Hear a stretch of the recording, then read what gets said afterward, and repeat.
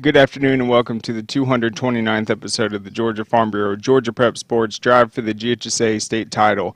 Today we got two great guests. It's going to be Matt Napier, that is LaGrange's head coach. They're in Class 4A, probably the deepest and most exciting region. They had a phenomenal season last year. We'll see how they look heading into 2023. And then we're going to have Mark Stroud on, that is Calvary Day's head coach, in the second slot. So let's go ahead and get started with Coach Napier as soon as he connects. One sec.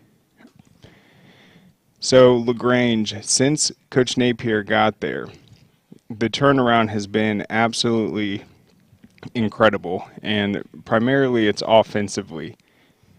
They were a team that averaged just 9 points per game in 2019, just 6.9 points the previous season, and then they make it to the second round his first year in 2020, again in 2021, and then they get placed in a incredible Region 4 last year, earned the number 2 seed, and then lost a heartbreaker to Burke County 23-20.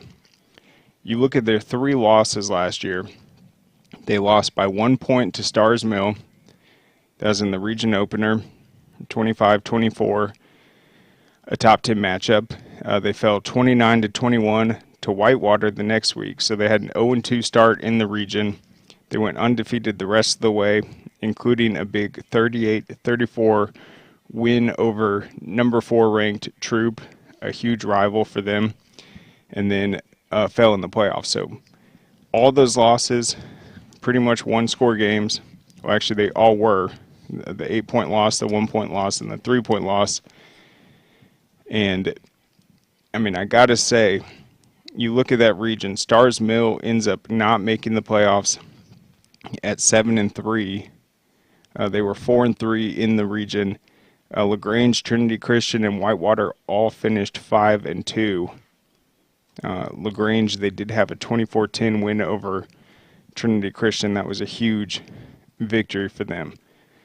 So when I look at 4A heading into the next season, I think you could argue that there's at least 4 teams that are going to be in the top 10 out of Region 4, including LaGrange. And he's heading into year 4. They've definitely built that foundation and know what to expect. All right, Coach Napier, how's it going?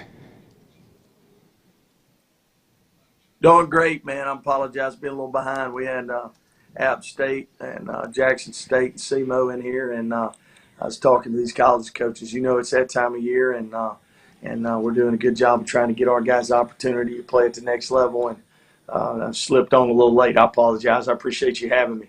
Oh, no problem. So, yeah, have you had a lot of coaches coming by the last few weeks, or is this something that's probably just getting started and going to continue throughout May? Yeah, I'd probably say we've had around 25 coaches come through in the last couple of days, and we expect more to come.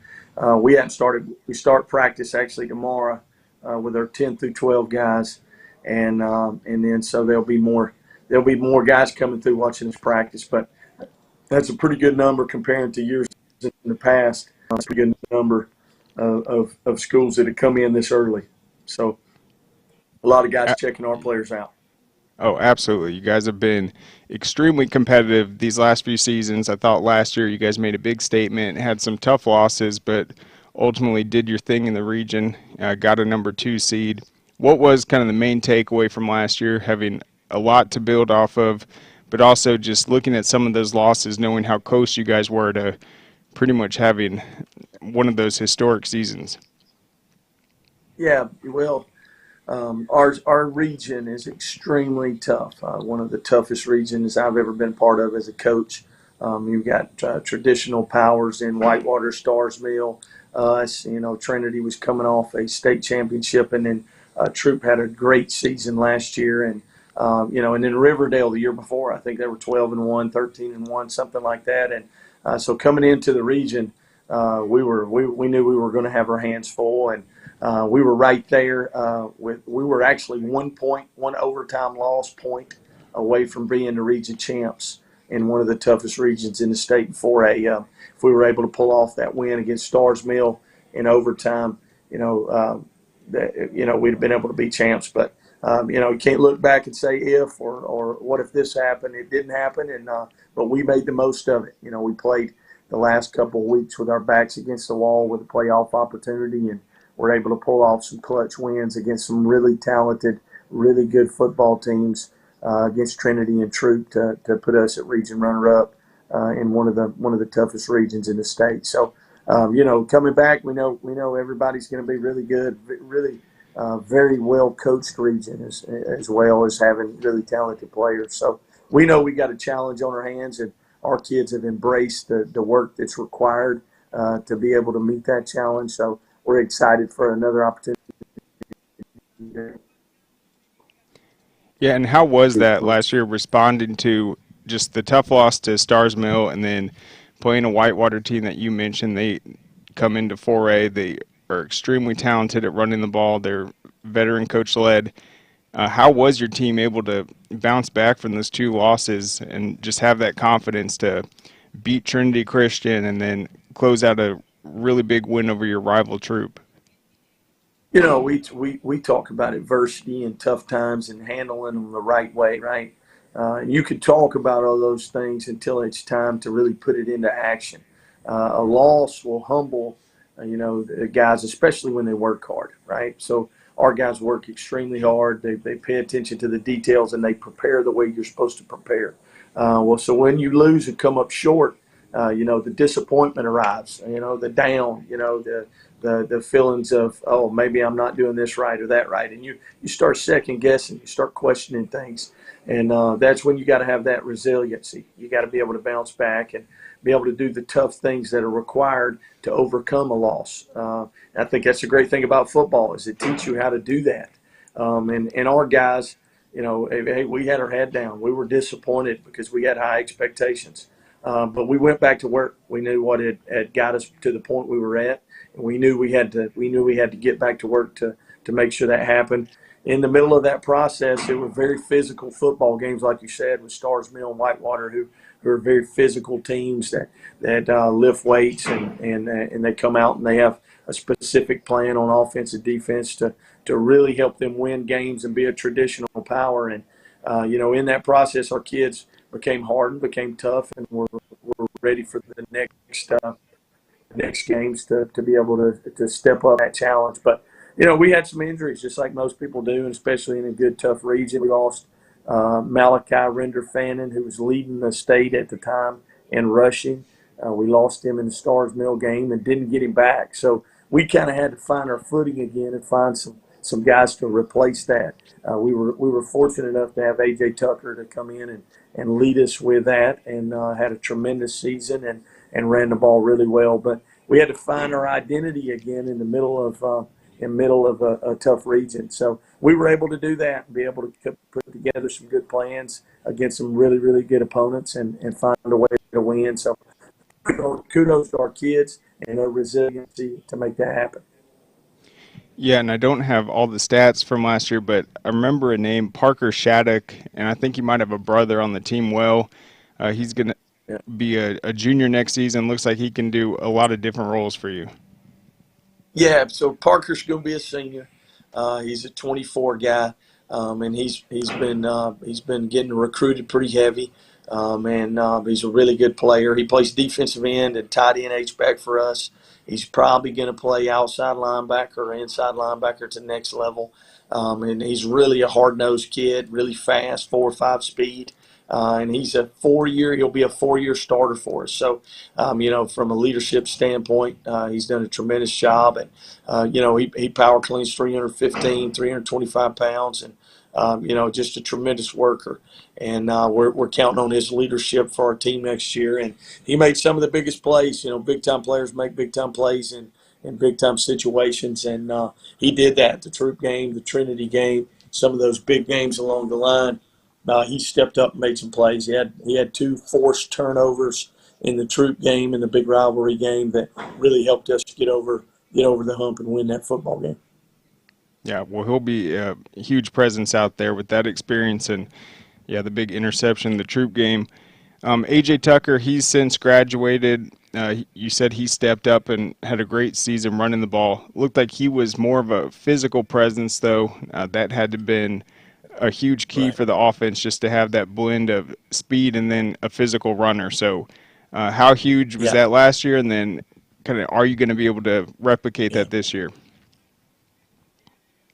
Yeah, we had that thunder and lightning combination with Malachi and AJ. Fortunately, that gave another running back for us, Jonathan Keys, an opportunity to step up and make plays. And he's a young player like Malachi, so he got some experience running the ball, and we're expecting big things. But Malachi is one of those players that as a coach, you can see it from a mile away.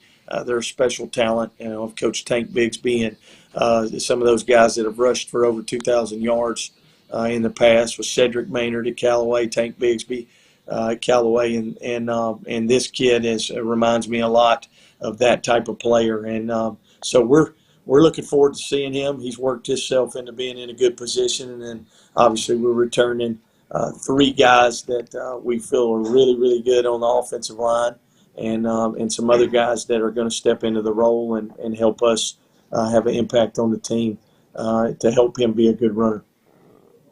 And then what did you see from your defense last year? How they stacked up?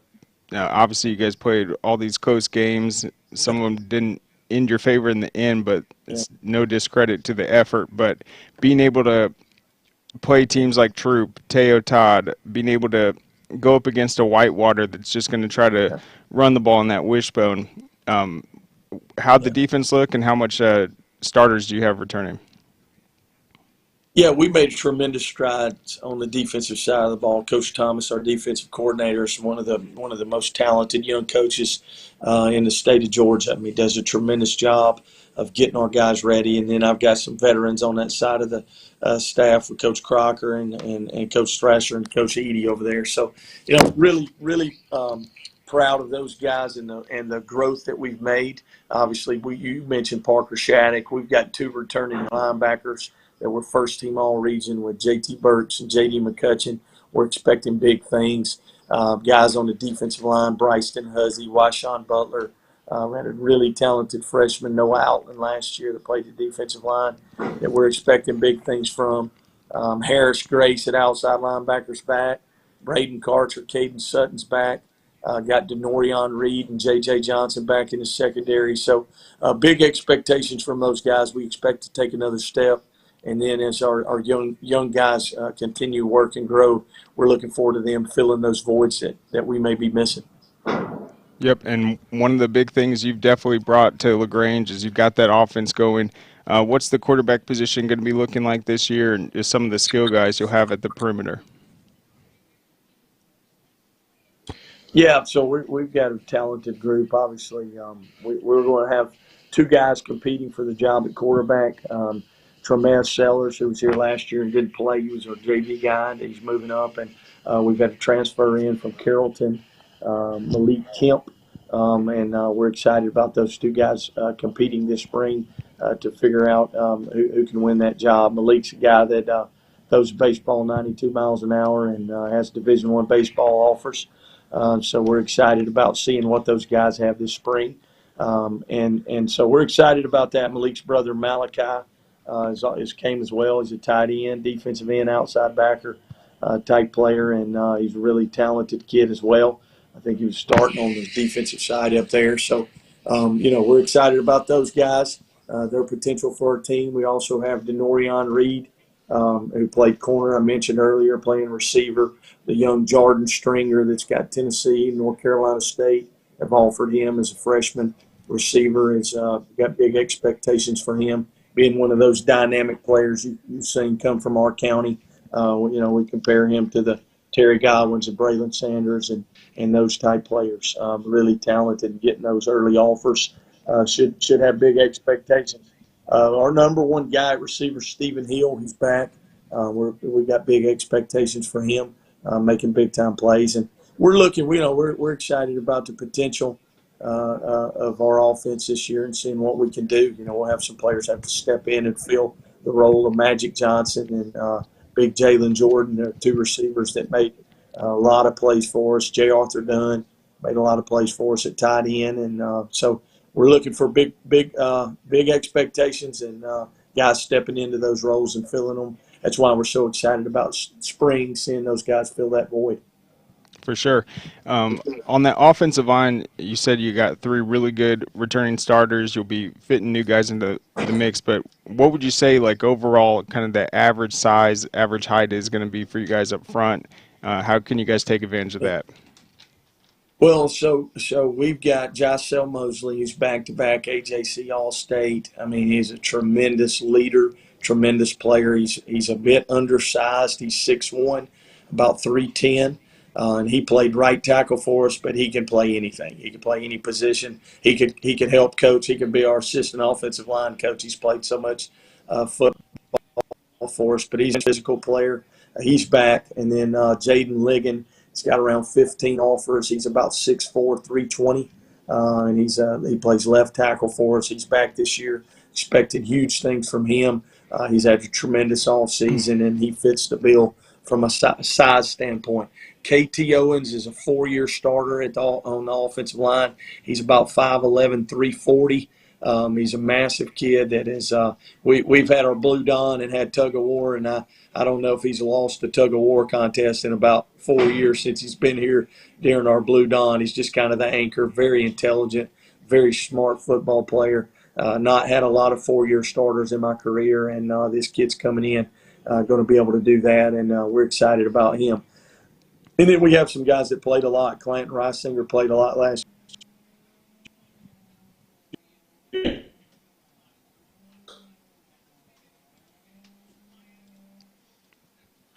Looks like you froze real quick. Oh, man. So I think you've probably heard it. We'll try to get them back on, but, I mean, they are absolutely loaded right now in terms of these returning starters. I mean, I heard him list off at least 4 that are going to be 4-year starters, including the offensive line, the 2-time All-State returners, mentioned the big tight end. But I wanted to ask him about that tug of war competition they have. Yeah, Coach, you were talking about the tug of war. Obviously, that's a good sign, a guy that's pretty much unbeatable. It shows that he's not getting moved around or pushed around, 5'11", 340. What is that tug of war competition you guys do, though? Yeah, we do our Blue Dawn. We bring all the guys in at about at 5:30 in the morning. They get here about 5:30, 5:45, and we start at 6. And we do the mat drills that you see so many. A great leader and a sharp kid, very intelligent, and we're expecting big things from him this year. Yeah, he might be the tug of war state champion. It looks like absolutely dominating. What about your schedule? Is anything going to change? Still playing Smith Station, Alabama in the opener? No, so we've had some change. A lot of teams in Georgia and Alabama on that 0 week, they had a conflict in the state of Alabama. So a lot of us had to reschedule our games. So I looked around for a couple of weeks, and we ended up adding a really good opponent. We're playing Carver of Atlanta that first week. And so we picked them up at our place. They're coming down here. Coach does a tremendous job. Obviously, we know what they've done, been in the semis and played for a state championship. So we added a really quality opponent to the top end of our schedule. We're looking forward to that challenge. We also switched up our scrimmage game. We're playing Columbia out of Atlanta. And then we're back on track. We play Northside Columbus, who was region champion in their 5A region last year again.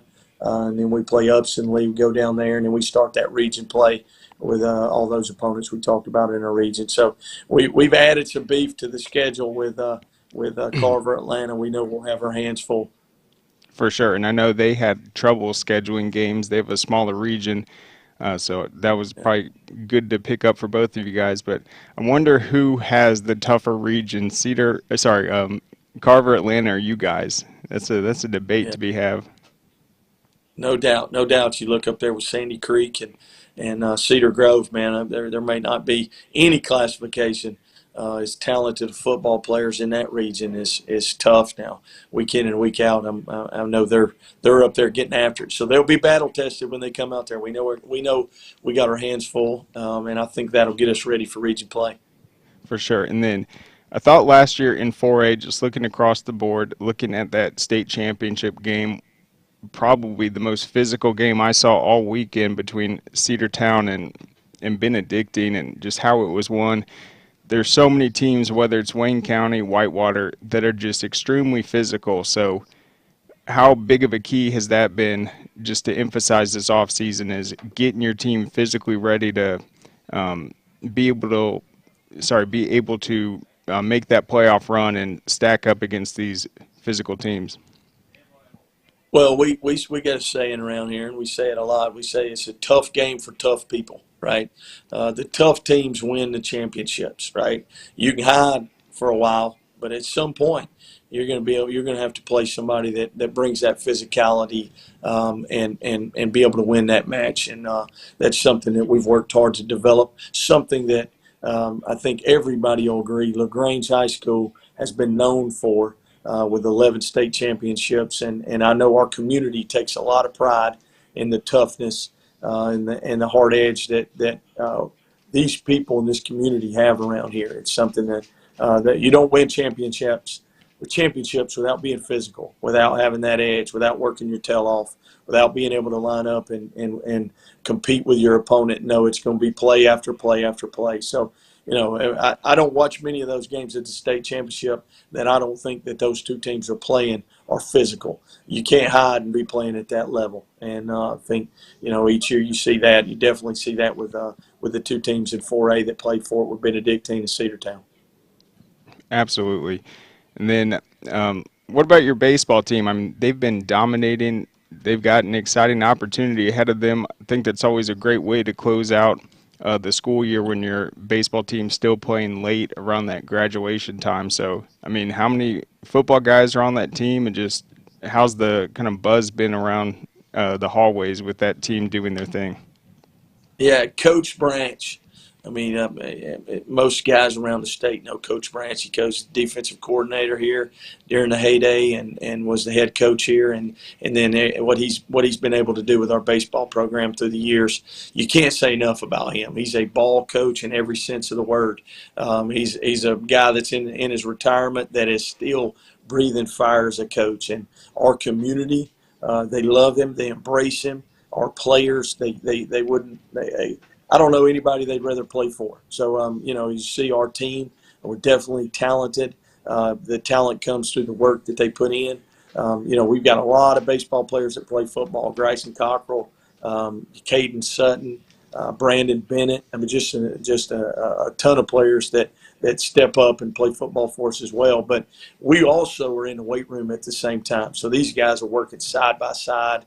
So there's this camaraderie with our school and our community. All of our baseball players, they dye their hair blonde when the playoffs start. So you can't miss them walking around the halls. They stand out, and they stand out on the field in a good way. So that's a cool tradition that they started last year, and we've been able to play for a state championship last year, and then we're looking forward to continuing to compete. But those guys, those kids, they believe in what they do. They work extremely hard. And Coach does a great job of coaching them up. I've got several guys on the baseball staff with Coach Drew Eady, Coach Hardy. Several of those guys added Coach Pierce and Coach Kurtz that are on our football staff. So we're working hand in hand, and we're excited. Our community's excited about the potential for our baseball team, and we expect big things from them, and know those guys are going to compete to the very end. For sure. And baseball competes in that same region you guys do, and they won it this year, 13-1 record against those teams, and they are cruising right now. So that will be really exciting. So one last question I wanted to ask, because I mean, you obviously know this football landscape, how the recruiting works. I've been just going through a tranche of articles to figure out what's going on with the NIL stuff. In your kind of bird's eye view of everything, I mean, how has it changed just the process for you, just with recruiting becoming 365, just at the high school Yeah. level? Yeah, but I think it's a unique deal. I think all whether it's the transfer portal or the NIL, the landscape of recruiting has changed over the last couple of years. I think there's different motives. I think there's different people with different motives. I think kids got to be careful. I think they need to be educated. I think parents need to be educated. I think it's important that they need to be able to identify. There are people out there that are in it for the money. There are people out there that will take advantage of you if you don't have your ducks in a row and you're not understanding of what all can happen. I think it's important that we educate our guys and we educate those that have the potential for that. Now, you start talking about NIL, you're talking about the upper end of Division I opportunities. And I think when you get to that, you got to be smart about what you want to accomplish. You got to be smart about what kind of documents you're signing. You got to be smart about the things that you do that may reflect in a positive or a negative way. I think you got to protect yourself. And so, as you see it, there's different things that motivate different people. I think at the end of the day, to me, I think you play for the love of the game, right? You take full advantage of the opportunity that the game gives you, but you play for that love, and you can't lose sight of that in all of it. You can't lose sight of your potential for success. Just because somebody may be offering you a certain amount of money doesn't mean that it's the right situation because it's more money than another place. You better be educated on your decision.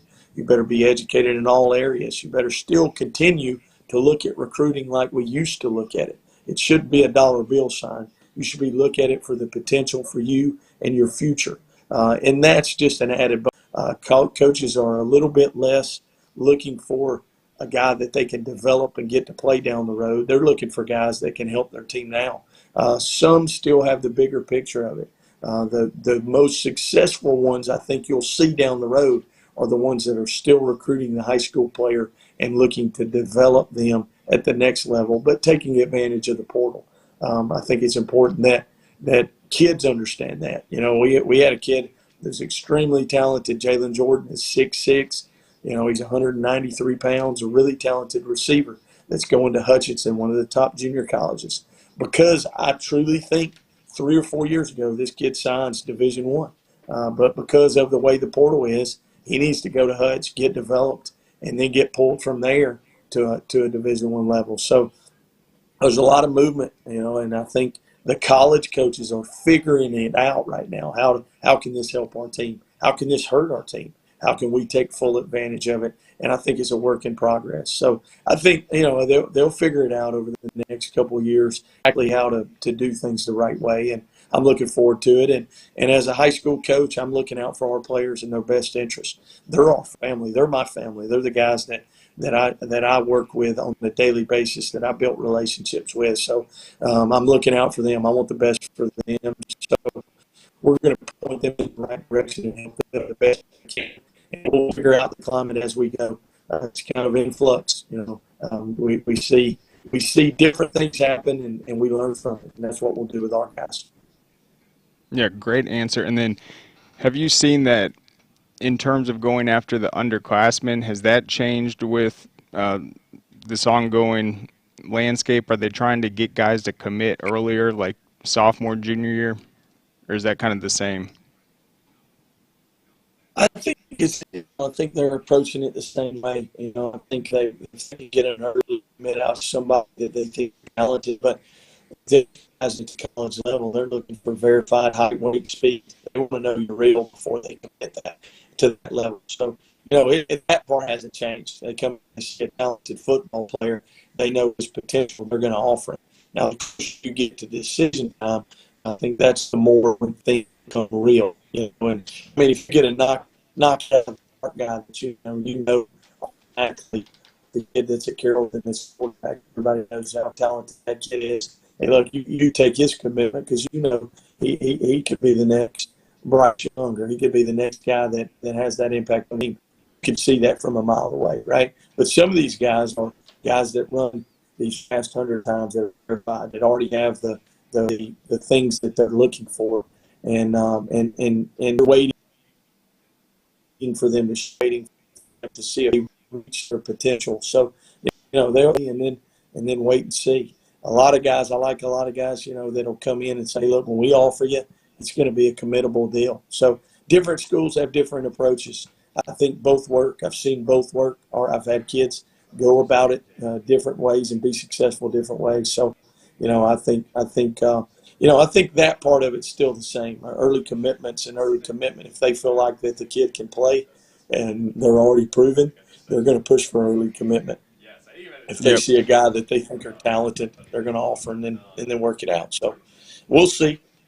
Um, Yeah, it's been exciting, and I kind of ignored it the first year, and then I was like, okay, I need to figure this out so I know what's going on, and then I've just been going crazy. Whether it's looking at the collectives and all these different terms, I'm just like, wow, I really need to get up to speed with all this. But I mean, that was great yeah, insight, Coach. I really appreciate it. I appreciate you. Thanks for having me. Yep. Enjoy always enjoy being on. For sure. Go Grangers. Best of luck to that Heck, baseball team.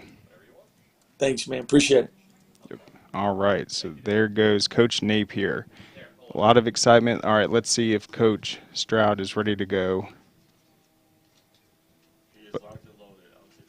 Okay. Yeah. We'll take a quick break and thank our sponsors, Georgia Farm Bureau. We'll be back on the other side. Our mission has always been to support Georgia farmers. That's why we created Georgia Farm Bureau Mutual Insurance Company, providing financial protection that farmers needed. While this remains the same today, we've grown to protect all Georgians through home, auto, and life insurance. From the very beginning and into the future, we stand for every Georgia community. We are our Farm Bureau. Before you start, you had a question. Somebody said, how good do you think LaGrange will be next season? Oh, how good do I think LaGrange will be next season? I think they made it to the second round the first 2 years, lost in the first round last year. I think 4A overall is going to be outstanding. But I'm predicting they make it to the quarters at least next year. And I will probably I think they'll be in that number 7, number 6 range to start the season. And they come out and they'll play Stars Mill and Whitewater early in the region. They win those 2 games and they control their own destiny, potentially setting up a region championship game with Troop. So that will be a great test for them. But yeah, I really like what's going on at LaGrange. But let's get to Class 3A right now and Calvary Day, the Cavaliers, and Coach Mark Stroud. Hey, Coach, thanks for coming on.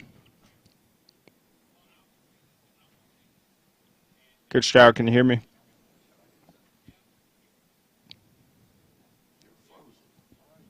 Okay, we'll see what happened there. Calvary Day's coming off an incredible run. They had an undefeated regular season, finished 11-1, clashed with Cedar Grove in the quarterfinals, and that was their Class 3A debut. They made that jump after the reclassification. They played outstanding offensively, defensively, well coached in every department. Had a ton of all-state talent last year, including their quarterback Jake Merklinger, who is going to be a senior. He's one of the more touted class of 2024 prospects. They also had Mike Smith, their tight end. He's a junior, and he was a first-team All-Stater as well.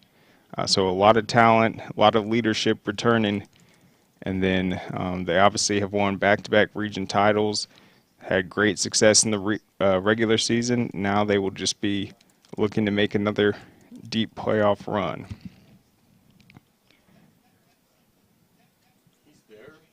Hey, Coach, can you hear me? Yeah, got you. Awesome. Yes, so just what were the takeaways of last year? You guys had such a solid season, ended up running into Cedar Grove, one of the premier programs in 3A. It was your 3A debut, but, I mean, what did you see overall just in all 3 phases, just playing an outstanding season? Yeah, I think we had a really good year. I mean, it was a good jump for us, and you never know exactly how it's going to go when you transition to a different league. But I thought our kids played really, really well, and we fortunately have some really good guys on staff, coaching wise. So that's always puts you ahead of the game. So I felt like it was a great run for us. I mean, I think Cedar Grove has a great football team, and we got there. We ended up beat a good Doherty team to get to that game. And then, it gives you an opportunity to see those guys been on the top of the top part of AAA for a long period of time, wherever they play at. They've always been at the top. So it gives you a great measuring stick about what you got to get to. What kind of level of play do you have to get to, for a state championship, in AAA. Yeah, for sure. And I mean, I watched that Cedar Grove game. I mean, their defense was great, but you guys went at it. It just was one of those tough games where they kept picking up some big plays on third down and were able to just get the lead. But I mean, I thought overall your offense did look great last year. Antonio Butts, a really physical runner. What did you see from him last year? Has he added more size? And then what do you expect from him this upcoming season? He is not with us this year. He is transferred. Okay, he has. Yeah. Okay, so then,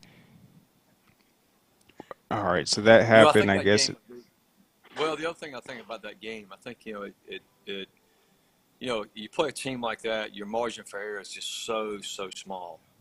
And you watch the game and, giving up some third down plays, roughing the punter one time, you're just making some untimely mistakes. And a game like that puts you in a situation from being in the game to out of the game fairly quick.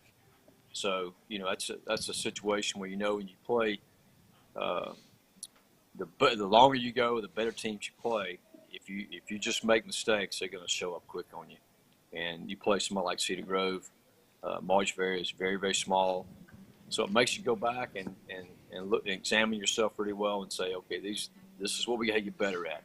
These are areas we got to improve on. This is where we're getting beat at.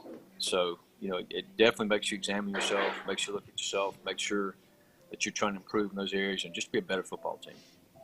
Yeah, and it looks like last year you guys had a great class of 2024 and 2025 kind of out there on the field, both sides of the ball. So in terms of the youth and experience, is that kind of true? In 2021, you guys were really young, got a little older this year, and then you're going to have kind of that senior-led team this year that you haven't potentially had the last few years. Yeah, I mean, this group right here they've been together a long time. All these guys have been together for, 3, 4, 5 years, some of those guys, 6 years, some of those guys, 7 years, some of those guys.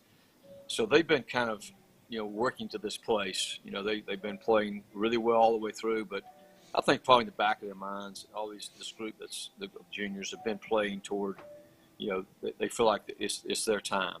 They're coming into their senior year, been together a long time. They played really well together for a long time. So I think that momentum has always been building behind the scenes for those guys. And, I feel like we're going to have great leadership. We're going to have great focus from those guys this coming year. They just feel like it's their time and to play really well. Who knows how the season will go? It's so many variables involved in it, but I think they feel confident. They feel good about it. They're excited about it. They love each other. They play well together. So it'll be a fun time seeing those guys, all their work coming to fruition. And then talk about some of your defensive returners. You guys had a ton of tackles for loss last year. You guys got after it in terms of producing the sacks. It looks like you had a really deep rotation. So who are you excited about seeing next year? Well, I think Jordan Davis is a guy that was our lead tackle last year. We're going to move him around a little bit, some linebacker and some down, edge guy as well. I think he's going to be a fun guy to watch, and he's going to, I think, have a great year. He's coming back there in that front. Brody Dawson was a really solid player for us, outside linebacker last year. He's coming back as well. Buddy Mathis is a really good defensive lineman. He is returning. I think he's going to have a very good year. Then we got some secondary guys I think going to show up in a big way. Trevor Strobridge has been very solid. Sam Anderson's really solid. We're going to probably bring him a little bit more to a down safety look. And we got 2 or 3. Demir Hicks was a young guy that played really well back there. So I think we've returned about 7 or 8 guys on defense and guys that we feel like can really have a lot of really good games under their belt. I think they'll be very productive. And, we're really excited. We got some young guys. We got some guys that'll be 9th graders and 10th graders that are good enough to play. So they'll be on the field playing, and might get a rotation from those guys at linebacker. Cutter Powell's also got to play a lot for us last year. Did a really good job, so he'll be back. But we'll get a lot of guys I think we can rotate. We had the defensive line last year. We got a lot of rotation there. I think this coming year we'll have a lot of rotation at the linebacker spot and the secondary spot. Yep, Hicks was out there as a freshman last year. A ton of returning talent. In terms of the schedule, is it going to be the same this year? I know you guys had that one game canceled last year with Frederica Academy. Is that non-region going to stay the same? We actually picked up one game instead of Frederica. We changed that game out. We picked up Charlotte Christian, and Charlotte Christian's got 2 or 3 for real players. So that'll be a great test early in the season for us and kind of see what we're about. I know they got a defensive end that just committed to Notre Dame. I think they had a receiver that just committed to Notre Dame. So they're a very, very quality program. We were fortunate to get them on guys on the schedule early in the year. So we got Elk on the front end and those guys on the front end, Charlotte Christian. So, we'll get checked pretty quick and see what we're about. Yeah, and you guys have a pretty large region compared to some of these other teams. So it's only three outings. I mean, what did you kind of get to see last year in Region 3 with these opponents, and kind of what were your impressions of kind of the depth and main competitors? Well, I think Savannah Christian's got as good at players as anybody. I mean, they got some really, really good players. They certainly got as good at players as anybody in our region, and maybe possibly some 2 or 3 of the best players in the state. So they're going to be a great football team. They're really, really well coached. They'll do a great job. And I thought Liberty County did a really good job last year. They got a lot of speed. Those 2 teams right there will be very, very tough. Long County is a team that is very, very ground oriented, which a lot of folks don't like to see. Folks just grind it out. They were a real problem for a lot of folks, and I think there's going to be 3. There's always going to be Savannah Christian's going to be really good coming back. They got great players, and I think Liberty County is always going to be very, very fast. They'll be good. Then there's always going to be someone you maybe don't expect in the city here that's going to have a good football team. So, I think the guys are really well coached as a whole. Guys are trying to do a way better job in the city here. And so, there'll be one or two really good teams in the city, and Christian will be very good. Country Day is always competitive, and Liberty County is always very speedy. So it's going to be a challenge. I mean, it will be a challenge for us, and we're excited about it. We're excited about getting a chance to play those guys again, and you just gotta come prepared every week. I mean, it'll be a dogfight, especially when if you've been pretty good lately. Everyone kind of puts a target on your back. You usually get everyone's best game, so that's always a little caveat. And, we're thankful for it, but you're definitely gonna get everybody's best game. For sure. And Jake, I think he got out there as a freshman, didn't he? Yeah, Jake. Yep. He'll be a 4-year starter. So all that experience. He's got a lot of games under his belt for sure. Yes, and I thought last year he threw the deep ball very well. So, I mean, that's going to be so key, playing these tough defenses, playing these Cedar Groves, to be able to get the defense on its heels a bit. What else do you expect from him this season? Just the way he prepares for each matchup, knows the offensive system, can recognize the defense, and get you guys just moving. Yeah, I think he's just progressed. Every year he's gotten better. I think he's gotten more comfortable every year. He's seeing the field much better. He's making better decisions. He's definitely, he looked like the game just slowed down for him tremendously last year. I thought he just really handled himself well. He's always, able to make that first guy miss in the pocket, step up in the pocket and make plays. So he's a guy that is just really matured physically.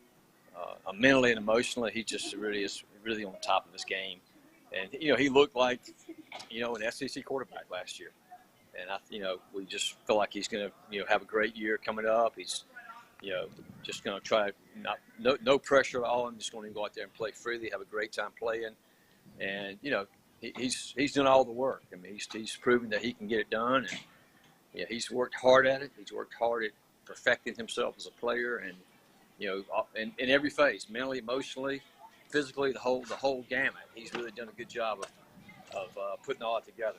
Sorry, I walked through the hallway right here. Oh, no problem. Yeah, I mean, he's just such a good athlete. I mean, obviously his precision on the deep ball, I think that's kind of what makes him the complete package. But his athleticism, he plays basketball, plays lacrosse. He can really get out there and move. So what have you just seen in terms of that development, him as an athlete? Yeah, I think that's what people have not really understood about him. He's always been extremely, he's a great athlete. I mean, he brings a lot to the table with just athleticism. Plus he's a very, very tough, fierce competitor. He's going to compete to the very end. He's a humble guy. He's got all those things you want in a quarterback. He's a great teammate. So he's very athletic. He can move in the pocket well. He can get away from a pass rush and make plays with his feet. So he's the kind of guy you don't want to have to defend, and you're glad he's on your team. Yep, well, that's exciting. Anytime you have a 4-year starter returning at quarterback, it seems to be a big year just for his future and just what he's been able to put together already. So that'll be really exciting, Coach, and looks like you guys are going to have a fun offseason ahead of you. Who are you guys going to scrimmage, though, before things get kicked off? We'll scrimmage Dodge County in the very early week, that first week of pads. We'll scrimmage those guys. They always have a good quality football. Jake Merklinger, of course, is committed to Tennessee. 4-year starter, had 23 touchdowns as a freshman. We saw him play. It was a tough game against Cedar Grove, but really the defense for Calvary Day struggled getting them off the field. He talked about the block punt. Cedar Grove made some plays in special teams, and they came close to getting in striking distance, but weren't able to put points on the board, had some miscues. But I think overall it was a tremendous first impression they made in Class 3A. I think they would be ready to play a rematch in that game and be confident they could compete. I think they will be another tremendously talented team in 3A, and I just remember talking to him a few years ago. He was talking about how young their team was at that time, even though they were having all that success. And now these guys, whether it's the big receiver, Michael Smith, 6'4" or 6'5", 220 pounds, he'll be a dangerous target. They've got a good stable of backs back there, and then a ton of defensive talent returning as well. So that will be very interesting. And then talked about the Charlotte Christian game right before the region. So can't wait to see them. I think they will be at our Corky Kell 7-on-7. So we'll have footage of Jake and give you guys a first-hand look into what he's doing out there before his senior year. So before we close out the show real quick, I'll just go over a couple of these playoff results. It looks like soccer has already concluded the first day of championships. The Paideia boys beat Atlanta International 2-1. The Paideia girls did lose, though. That was a 3-1 loss to Mount Vernon, who has had a great school year across the board. Aquinas won the Class A Division II. On the girls' side, 5-2 over Towns County. And then the boys went to Christian Heritage, a 2-1 victory over Georgia Military. Looks like, we'll still have the other ones concluding over the next 3 days. So soccer, you can follow all the results. We have the brackets at scoreatl.com. We'll probably have write-ups as well. We've got the tennis state championships coming up in just, I think, a week from Friday, May 13th. That's going to be in Rome at the Rome Tennis Center. That will be an exciting event, as always. And then lacrosse coming up a week from Friday and Saturday. And then baseball won't start until after that. We'll also have track and field in about 10 days as well. So it's starting to pick up, the first of the spring championships of soccer, and then next week's going to be really busy. But We'll be back then. Tune in tomorrow at 2 o'clock for Keeping It Real with Najee Wilkins. Go to the Score Atlanta YouTube page. You can check out yesterday's episode of Underrated and Overlooked. We had some good breakdowns, including Najee's recruiting news with and some of his prospects with Aiden Butts of Stevens County. He'll have more recruiting news tomorrow, and we'll see you then.